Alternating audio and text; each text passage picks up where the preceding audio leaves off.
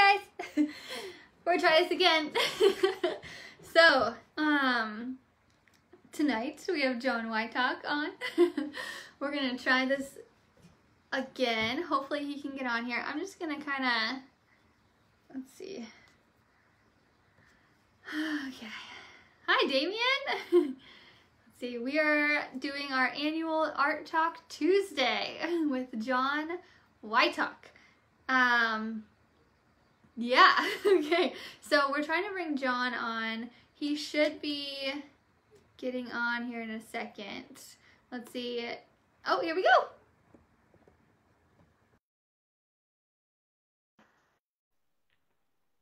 Okay, this just says adding. There we go. Just makes, oh, connecting. We got this. They're working. Can you hear me? Is everything okay? Yeah, it's so far so good. Oh, good. We got this. Wow, no weird echoes. Yeah, no weird echoes. Good. Really good. Maybe Okay. I don't know what that was, but whatever. We're just gonna forget about it. So Yeah, good. I'm so excited to get you on here. Thank you so much for being so patient and taking time out of your night to come on here. I really appreciate it. Oh well, it's my pleasure. Thanks for having me. Good. Yeah, I was just telling them. So yeah, we both are contracted by Bass Pro, but you worked for Bass Pro for a long time, and I've maybe for the last 5 years, but we've never actually really met. And that's who's... I've seen your painting. I always admired your work, and you seemed like a very fun, happy person to be around. So, okay, yeah. We're done. This is all I need. Okay, great.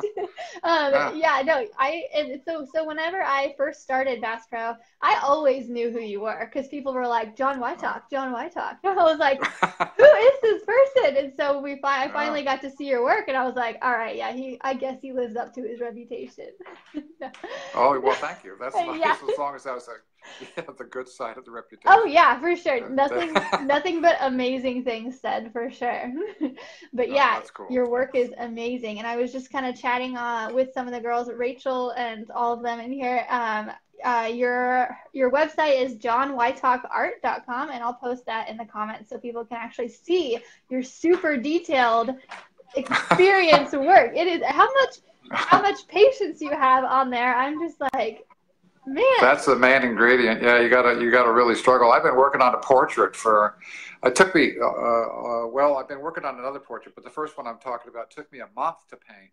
It's a painting of, I think it's on the website. It's a painting of a girl standing in front of a bunch of Venetian masks.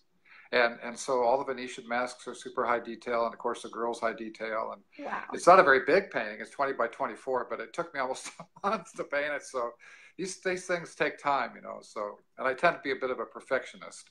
I can tell. Not as bad as some people, but I will let it go occasionally, you know. But before it's like perfect.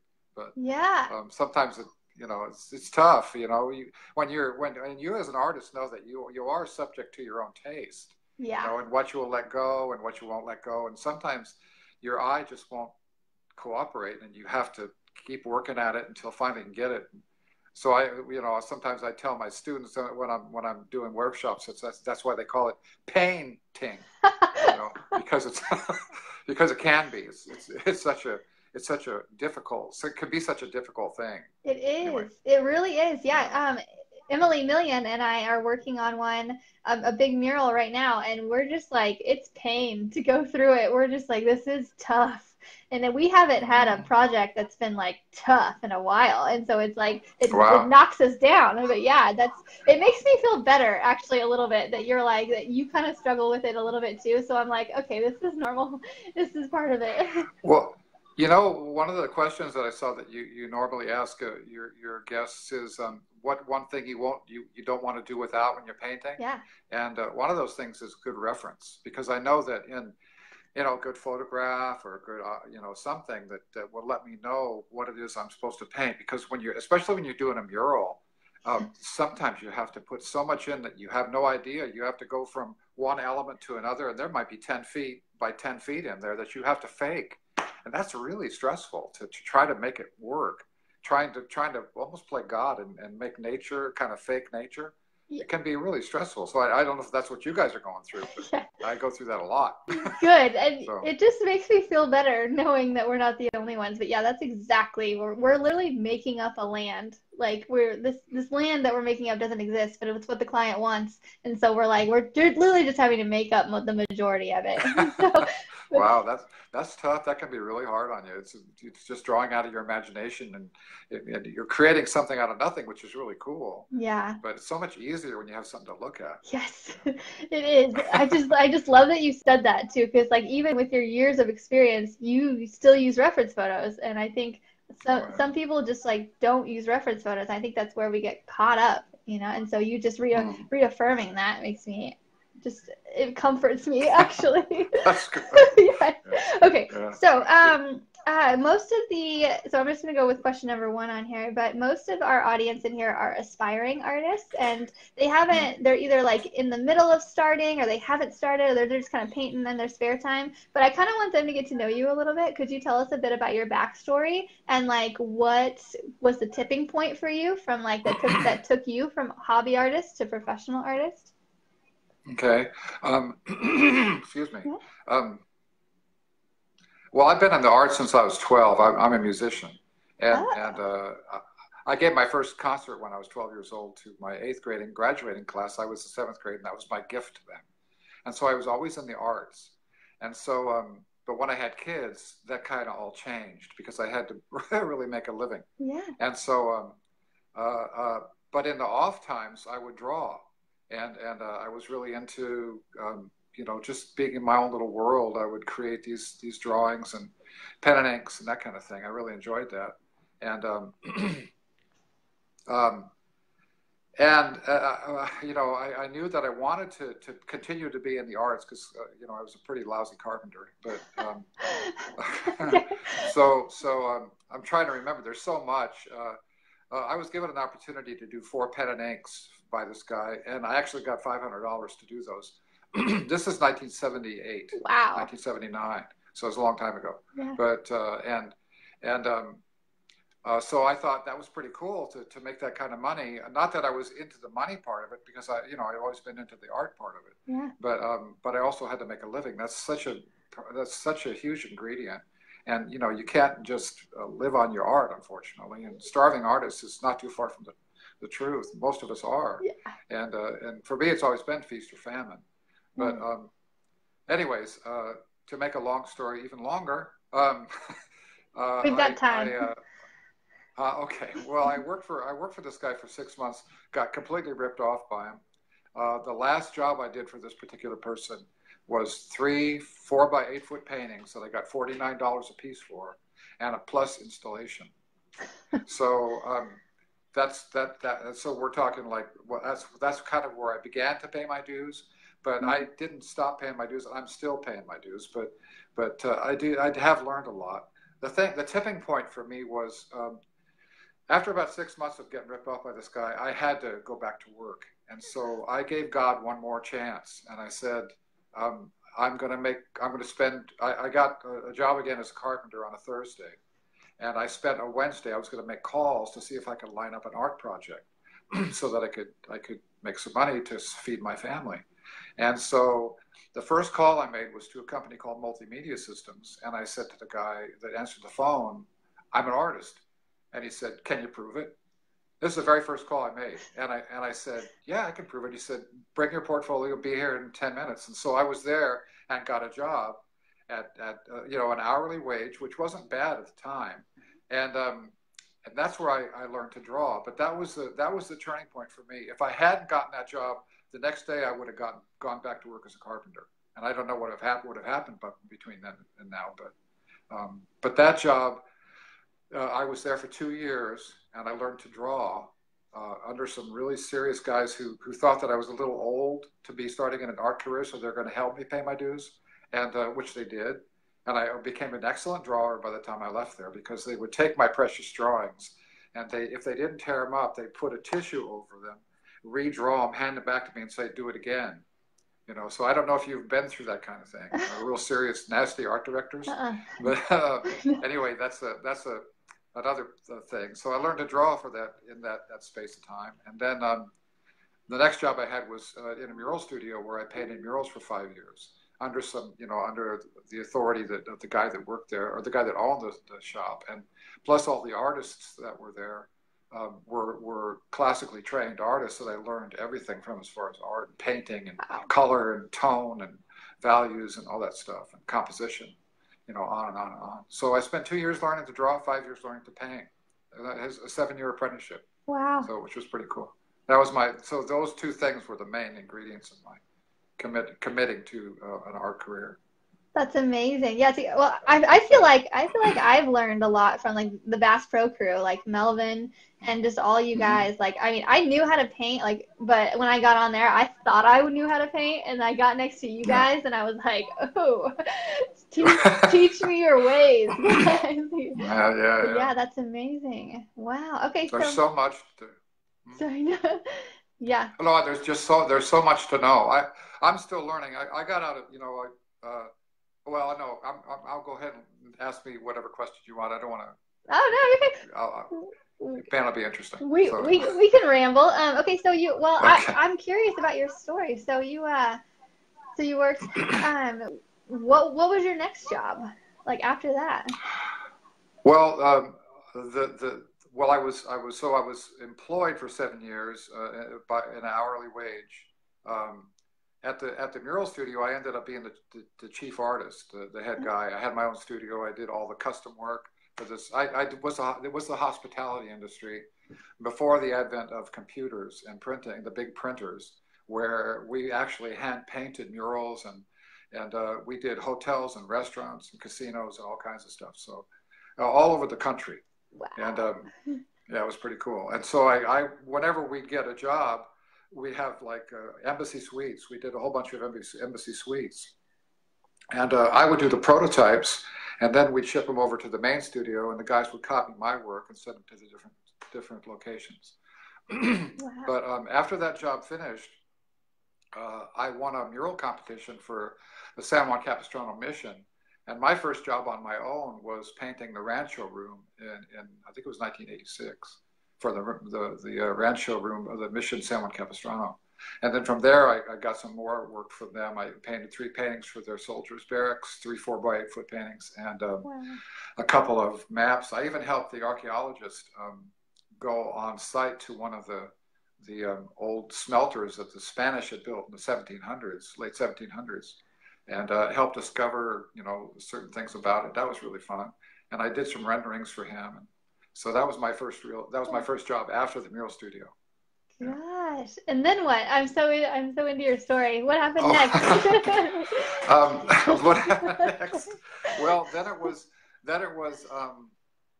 I had a lot of little stuff that I did. I've pretty much done anything in paint that you can do to make a living. I've done faux finishing and trompe l'oeil and yeah, all that stuff. I've done at one point in the early 90s, I marbleized the entire United Artists Theater in downtown Los Angeles. The original theater built by Mary Pickford, Douglas Fairbanks Jr., and Charlie Chaplin. Wow. I marbleized the whole thing.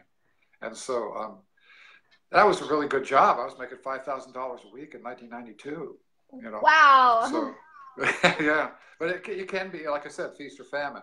But there's been lots and lots of years where it's just been really hard. But my main business was also the hospitality industry, where I would do custom work for hotels and restaurants.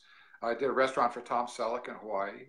I did lots of casinos in Las Vegas in the mid 90s. There was a war of ambiance in the Strip in Las Vegas, and all the craftsmen of the world were there, painting murals and doing sculpture and all this kind of stuff.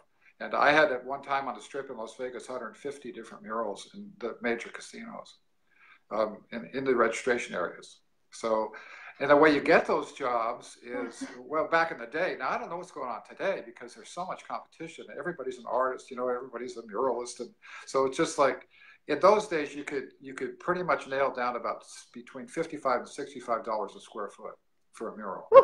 And so, yeah, in the 90s, I was making $250,000 a year painting for the casinos. So, which was pretty cool. Yeah. But I was in the door to an architectural design firm called Dougal Design in Pasadena, And they were the big kids on the block in Las Vegas. And so they would do the major casinos. They did a lot of Mandalay Bay properties, which is Mandalay Bay and the Luxor and the Excalibur and Circus Circus, and et cetera, et cetera. And so I did a lot of murals for them, 40 murals alone just in the Luxor. So, but the design firm that I worked for the designers. They would design a project based on the client, the owner's wishes, these themed casinos. And of course, the huge budget, $700 million was not unusual. And they'd have a couple of $1 million set aside just for art. And so they would call me in and they'd tell me what they wanted. And they'd show me the colors of the room, and then they'd give me what they call an inspiration piece, which was a piece of art that they wanted me to design something kind of after that same style. And so I would do a pencil, and then once it was approved, I would just go into my studio and paint on canvas. And so, so I got my work through the design firm. Wow. Sometimes I would deal directly with the owners, but most of the time it was through the designers. Okay, so you would deal directly with the designers. Do these designers work with the architects, or is that different kind of jobs? Or they had within this firm there were architects that were designing the actual structure, and then but also in the same firm they had interior designers that would then decorate the structures that their architects designed. And so, I worked for a couple. There were 3 primary designers, and of course, the main owner, he was an architect and a designer. So, but it wasn't a small company, but it was small enough to where I got to know everybody real well, because I worked with them for about 10 years in Las Vegas. That's amazing. Yeah, it was great. They would always leave the best spots for me. It was really cool. It's good to know people. Yeah. Oh, baby. Yeah. That's what it's about, networking. And in the day, it was still really competitive.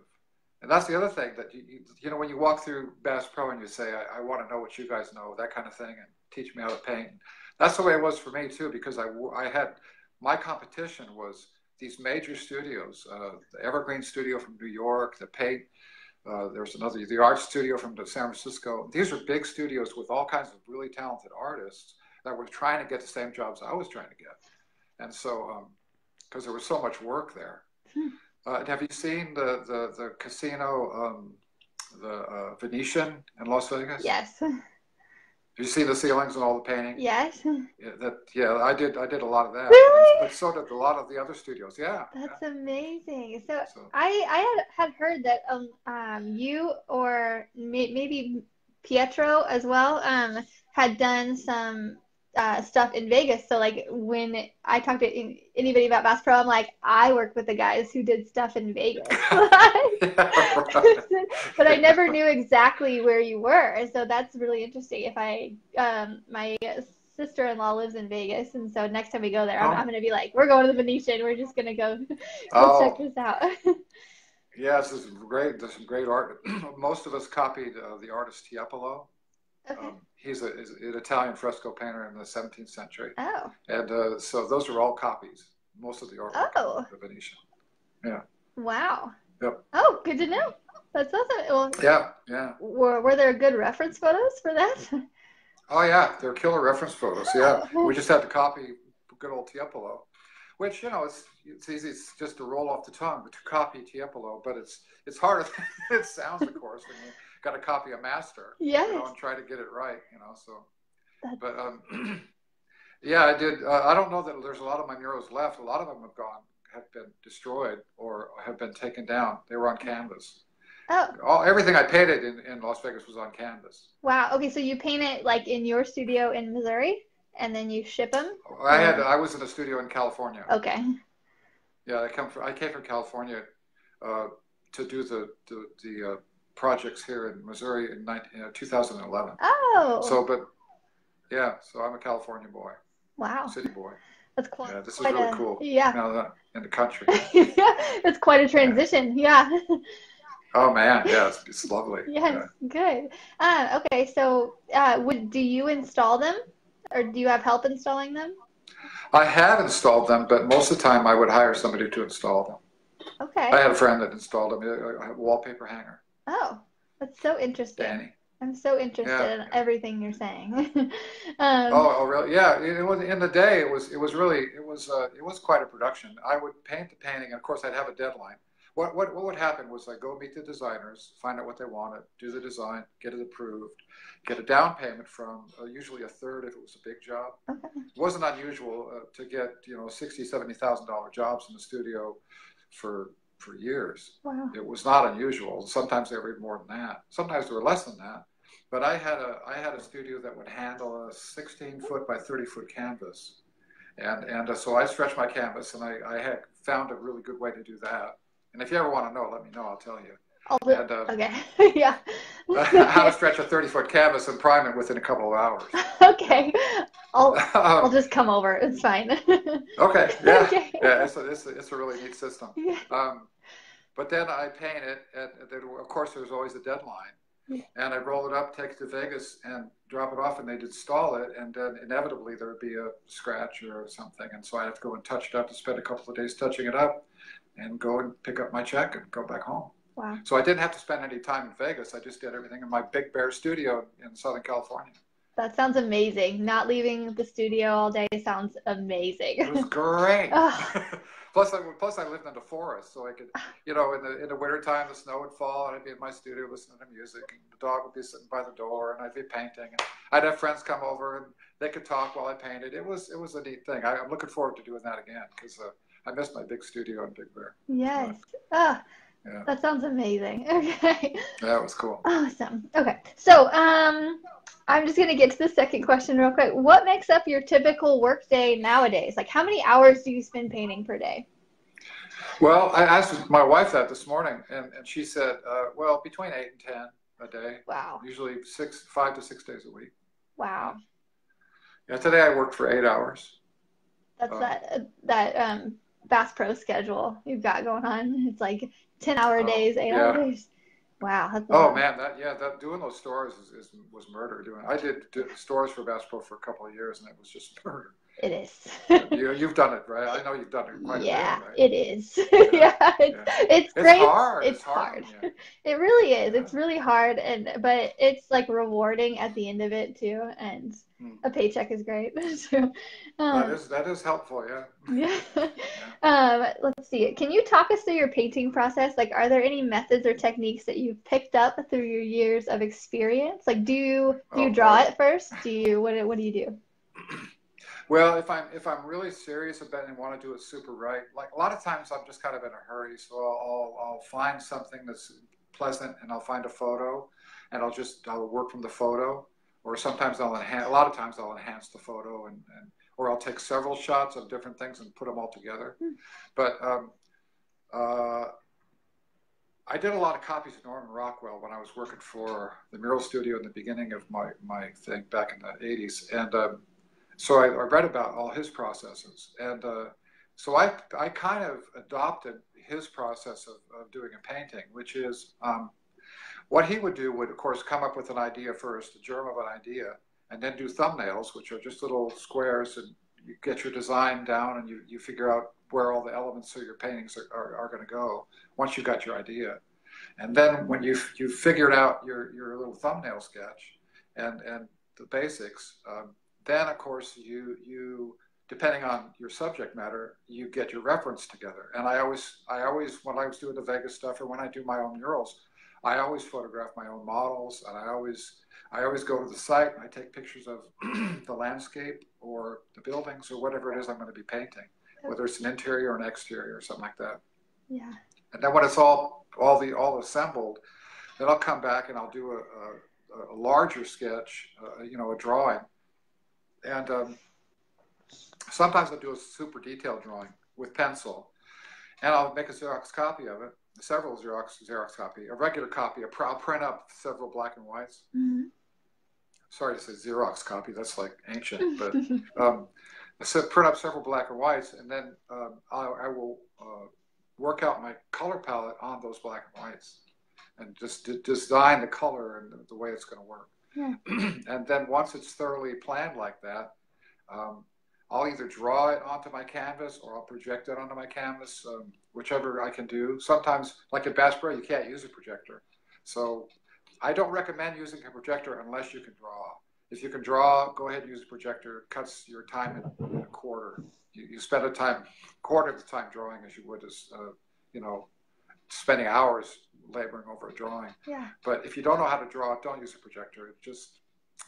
You become dependent on it. And then there was a guy in Bass Pro that couldn't draw, and he was doing these big fish on the wall in a store in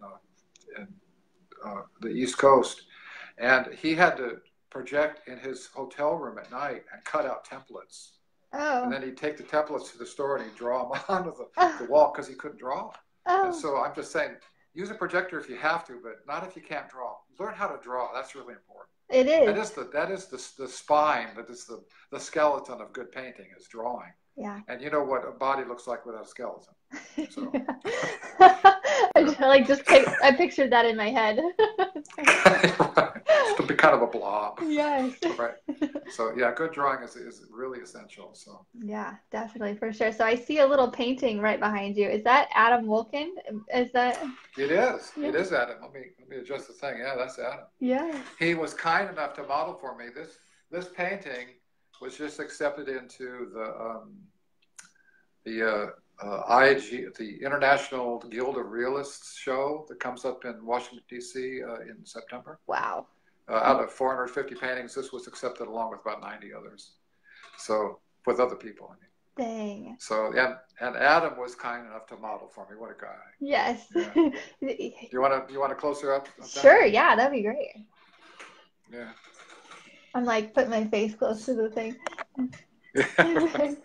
Yeah. Very cool. Yeah, that's Adam. This painting called The Writer. Wow, that is just. Yeah. How long did that take you? Well, you know, this is one of those deals where I actually put together all my reference and did drawings and thumbnails and figured it all out and then did the color sketch. Yeah. So it took about 2 weeks. Oh. Together, maybe 3 weeks. That's about 2.5 weeks. That's not very long. Yeah. Well, no, it's not. But the bench is really labor intensive, and it was a lot of fun doing the paper. Adam would throw them up, and I would take pictures of the papers flying in the wind. And then, of course, posing Adam in all these different shots in Sequoia Park, and so he was a great guy. We're really good friends. We worked together for almost 6 years in the museum. Yes. That's amazing. Adam and Aaron and me. Yeah. Yeah, they're great. So, yeah, they're cool. Yeah. You guys. Okay, back to now. There we go. I wish I was as good looking as Adam, but what are you gonna do? Oh, okay, yeah. Let's see. You already answered what is the one thing you don't paint without. Are there any art lessons you've learned the hard way? Yeah, I could bore you for hours about that. I was talking again to my wife about that. Which one would be the one to tell? And she's coming to adjust the light. Thanks, honey. Thanks, honey. There we go. Art lessons. Wow. Yeah, there's been some. Oh, I'll give you one that you might want to think about that I learned the hard way. Okay. I was just beginning. It was a small job. I was doing it for a designer from some little podunk furniture store. She got a job through some people, and I did this in one of their rooms. I painted the walls as you entered the room. These kind of Egyptian motif type things that I designed and painted, and and it was a $500 job. No, I'm sorry, it was an $800 job, but the designer was 100%ing me. It's called, where she charges 100% of what I get. So I got 400 and she got 400. Oh. Right. And that happens a lot. Mm-hmm. But the very intuitive and intelligent homeowner came up to me and said, the designer told me that she wanted me to write you a check directly. So how much do I owe you for this? I said, really? Well, okay, that's kind of unusual, but okay, yeah, it's $400. And she didn't write me the check, but she went and called the designer and said that she was outraged that the designer would be 100%ing her for this project, and she was really ticked off, the lady. And of course the designer was really ticked off that I said something about it. And I ended up eating it. I ended up getting, I think it was half of $400. So Oh, because the homeowner was not going to pay $800 for that.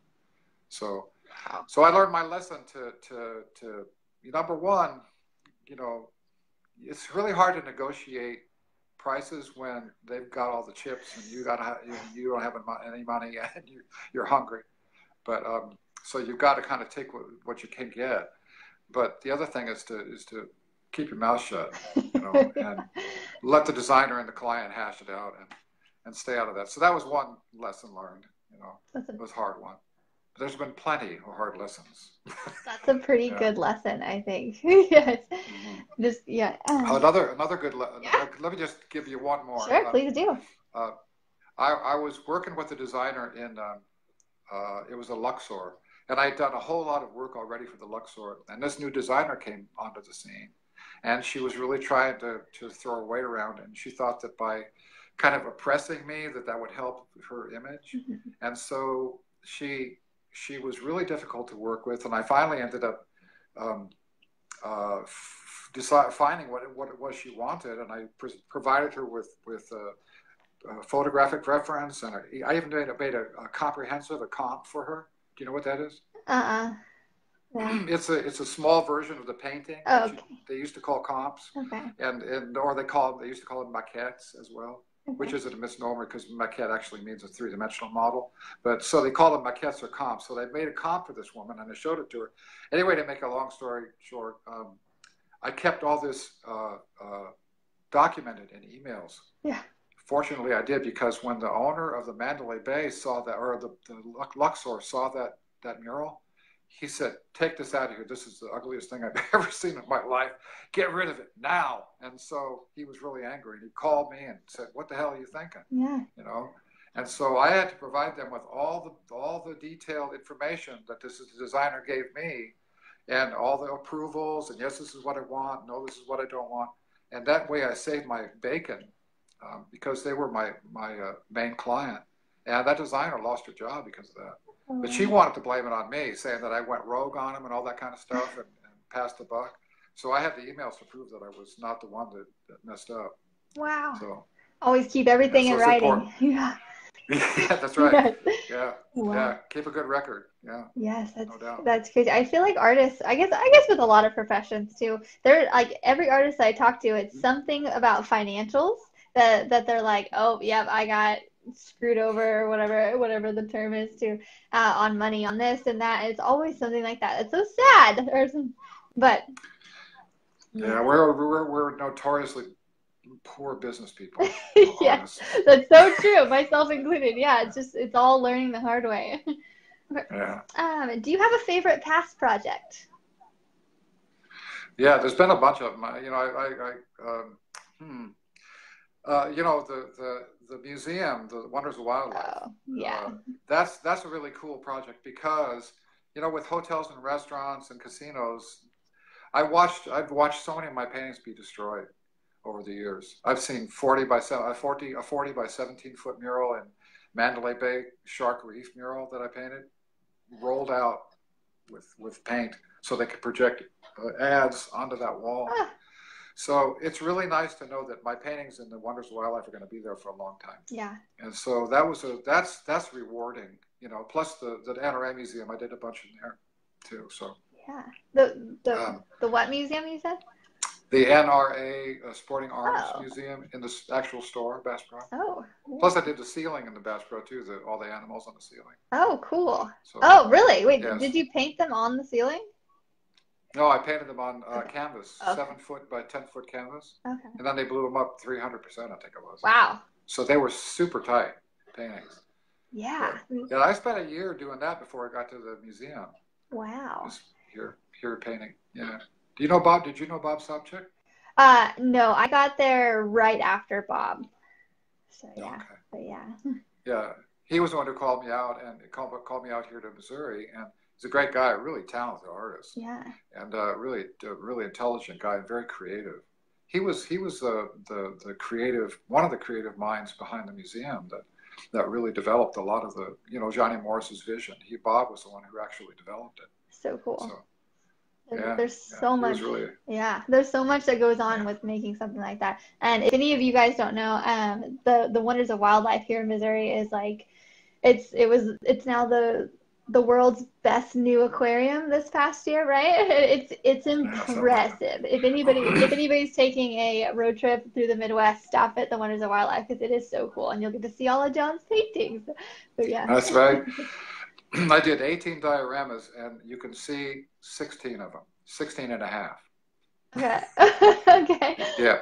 One of them is covered by the interactive screen for the kids. That's an 80-foot by 12-foot mural that I painted at the shipwreck. Yeah. And then the other one is I've got videos of myself rolling out my own work, painting out my own work because I had to paint something else over the top of it. So anyway, so Yeah. I painted 18 dioramas, but you can only see 16 and a half of them. Well, I guess what is it, like 85% or what is that? It's pretty Something like that. pretty good. But Yeah. but as far as good projects, that's one of the best, because it's going to last. Yeah, So much of the industry, the hospitality industry goes along with the fashion of the day, and they'll destroy work to put different work in. yeah. So Definitely, yeah. My fiance and I were walking through the Wonders of Wildlife here maybe 6 months ago, and so he's a hunter, so he was looking at all the dioramas and like all the taxidermy, and I'm looking straight past all of that. I'm like, look at these paintings, and like taking photos. He's like, oh, there's paintings here. Okay. It's so funny what our eyes are just drawn to. Yeah, that's funny. But yeah. So what are your future art plans and goals? Do you have any upcoming projects? What are you working on right now? What's going on in John's life? Oh, well, I'm doing nothing but fine art these days. This painting just got in a major show. I just got Cool.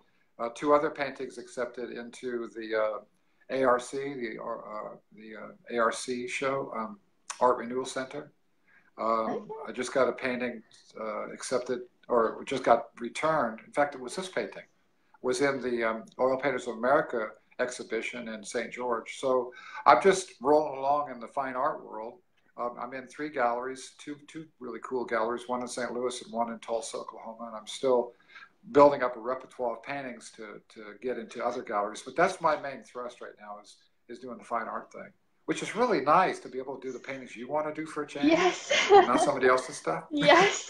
So, yeah. Yeah, definitely. That's and just to be able to stay in your studio. Like I do a lot of logos around town and like murals around like street art kind of stuff. And so, but lately it's like it's all outside doing other stuff for other people. And I'm like, so I'm so jealous of your studio time right now. That sounds amazing. I need to shift gears a little bit. I've actually never tried to do a contest or any kind of thing like that. That's a completely new territory for me.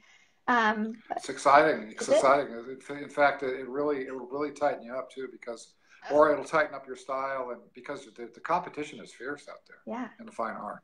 Oh boy, there's some really good painters, Yeah. really wonderful painters. Yeah. I'm sure you In fact, hold your own though. oh yeah, I'm doing really good considering I've only been in this. Well, I've been painting for 40 years, Yeah. but I've only been in fine art for a couple. But Yeah. so I can't say I'm just a beginner, But here's something of note. Of the artists that got into this latest show with the International Guild of Realists, 2/3 of them are women. Oh, wow. Yeah. So there you go. That's so cool. So much for that whole glass ceiling thing. It doesn't happen in art. No, that's so cool. No? I'm gonna have to tell Emily that. She's big on stuff like that. That's so cool. Oh, is she? Yeah. Yeah, Awesome. cool. Okay, so is there any advice that you would give artists who want to make art their full-time career but just don't know where to start? Like, where's a good starting point for aspiring artists? Good starting point. Yeah, good question. I spent when I was working as a carpenter, I would come home and get my tired butt off the couch and go develop a portfolio. If I didn't have a portfolio when I went into that first guy, I wouldn't have gotten the job. Yeah. And so, those were the days. I don't know what's happening these days, but in those days, I don't know exactly what's happening. I'm not sure where to go besides the same old route: designers, architects, city projects. Get on. What is it? Callforartists.org. Cafe. Whatever it is. Have you been on? Yeah. Huh? The cafe, Call for Artists, or call. Yeah, that one. Yeah. Yeah. where they show all the different projects around the country. Yeah. But the most important thing though is to really learn to your craft. I think I've always believed that there will always be somebody who will want the best, and so I've always tried to be the best painter I could be, and so I pushed myself to really learn anatomy, faces, figures, clothing, hands, feet. Because if you can draw a human figure and you can paint a human figure along with the clothing, you can paint anything.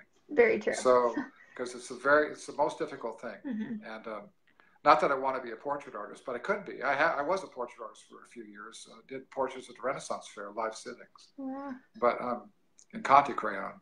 But so I would say that the fundamental thing for an artist is to really learn your craft, really learn how to do it well. You know, go to museums, go to galleries, see what everybody else is up to try not to isolate yourself, but really go out there and see what people are doing. And with the internet, of course, it makes it much easier to see what people are doing internationally. Yeah. And the other thing is to, as far as getting dough, making money, there's lots of ways you can do it. Lots of different things you can do to paint for a living, and I've done all of them. So it's just a question of, you know, pounding the pavement, making the calls, and having something to schlep around, your portfolio or whatever. But you really need to have something to show. Unfortunately, schooling doesn't matter a hill of beans to most art directors. They just want to see your talent.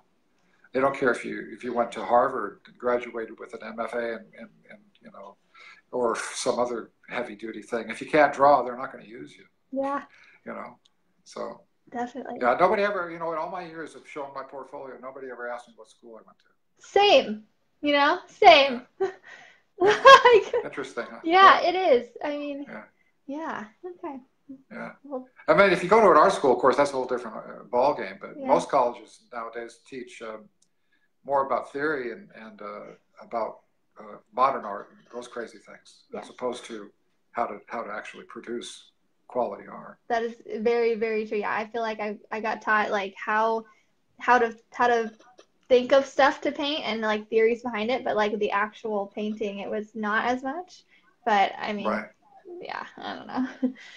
Yeah. Well, amazing. Okay, well, thank you so much for coming on here and spending part of your night on here with us. I really appreciate it, and I know a lot of aspiring artists in our group are going to get a lot out of this. It's just so nice to see someone who has made art their full-time career for so long and who is just so good, and it's something to look up to, really. Oh, you're really sweet. Thanks, Andrea. It was a pleasure. Thanks for asking me, and anytime. Awesome. Well, you have a good night. Thanks again. You too. Bye.